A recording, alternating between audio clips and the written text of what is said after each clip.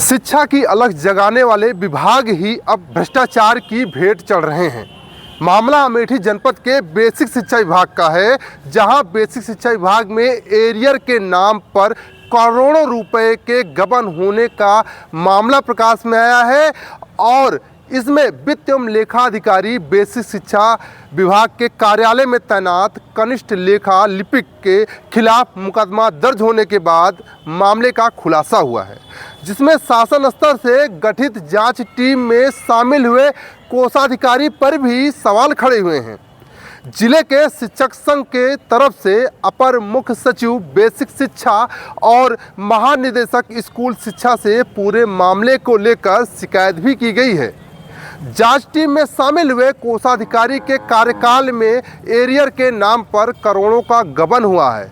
ये आरोप है कि जिले में शिक्षा विभाग से जुड़े हुए लोगों के खाते पर फर्जी तरीके से लाखों रुपए ट्रांसफर कर दिए गए हैं। फिलहाल अब देखना यह होगा कि आखिर बच्चों को उचित शिक्षा देने का जिम्मा लेने वाले बेसिक शिक्षा विभाग के अधिकारियों के ऊपर ही जब खुद करोड़ों रुपए के घोटाले और भ्रष्टाचार का आरोप लग रहा है, तो अब इनको कौन उचित शिक्षा प्रदान करेगा। गुरुवर, क्या नाम है आपका? मेरा नाम अब्दुल रशीद है। अब्दुल रशीद जी, कल जो है आपने डीएम से मुलाकात कर एक ज्ञापन सौंपा था, क्या था पूरा मामला उसमें? दरअसल हमारे वित्त एवं लेखा कार्यालय में एरियर के नाम पर अच्छी खासी धनराशि गबन हो गई है, तो उसी के संबंध में हम लोग माननीय जिलाधिकारी महोदय के पास गए थे कि इसकी जांच कराई जाए, लेकिन वहाँ जांच इसकी ऑलरेडी हो रही है और जांच में 3 सदस्यीय कमेटी है। उसके माननीय एडीएम न्यायिक साहब अध्यक्ष हैं और डीआईओएस साहब हैं और सीनियर ट्रेजरी ऑफिसर साहब हैं। लेकिन चूँकि यह गबन एक घोटाला ये वर्तमान ट्रेजरी ऑफिसर साहब के ही समय में हुआ था, क्योंकि वो उस समय इंचार्ज अकाउंट ऑफिसर भी थे बेसिक एजुकेशन के। तो हमारी मांग यही थी कि चूँकि ये आरोपित हैं और इन्हीं को कमेटी में शामिल करके जांच निष्पक्ष नहीं हो सकती थी है, तो इनको हटाया जाए। तो डीएम महोदया ने कहा कि क्योंकि ये नाम ऊपर से आए हैं महानिदेशक स्तर से, इसलिए इनको रखना मजबूरी है, लेकिन जांच निष्पक्ष होगी। अभी प्रारंभिक चरण में है, निश्चित तौर से कार्रवाई होगी इन लोगों के खिलाफ जो भी हैं इसमें। अच्छा, आप लोग इस संबंध में देखा जाए तो एक शिकायत पत्र शिक्षा महानिदेशक को भी दिया है, क्या आरोप इसमें लगाए? कब से घोटाला हो रहा था, कैसे आप लोगों को जानकारी हुई इसकी जानकारी सबसे पहले हम लोगों को मीडिया के माध्यम से ही हुई है। वास्तव में जो काम हम लोगों को पता होना चाहिए था वो ना हो करके इतने गुपचुप ढंग से हुआ। सबसे पहले एफआईआर लाज हुई यहाँ के कनिष्ठ लेखा लिपिक मनोज कुमार मालवीय जी के ऊपर, तो हम लोग चौंके कि आखिर मामला क्या है। उसके बाद फिर पता चला तो हम लोगों ने इसकी जांच कराने के लिए महानिदेशक स्कूल शिक्षा महोदय को लेटर लिखा और अपर मुख्य सचिव महोदय को लिखा, लेकिन बाद में पता चला कि महानिदेशक स्कूल शिक्षा के ही आदेश से ये जांच हो रही है। क्योंकि इसमें ट्रेजरी ऑफिसर साहब स्वयं इन्वॉल्व हैं, तो उनको हटाने के लिए लेटर लिखा गया कि उनको हटा करके ये किया जाए। लेकिन दूसरी दिक्कत ये भी है कि हमारे ज़िले में केवल एक ही ट्रेजरी ऑफिसर साहब अकेले ही हैं, कोई अकाउंट ऑफिसर नहीं है। तो आखिर इनको हटा करके जांच कराई जाए तो किस वित्तीय अधिकारी को लाई जाए, ये भी दिक्कत है।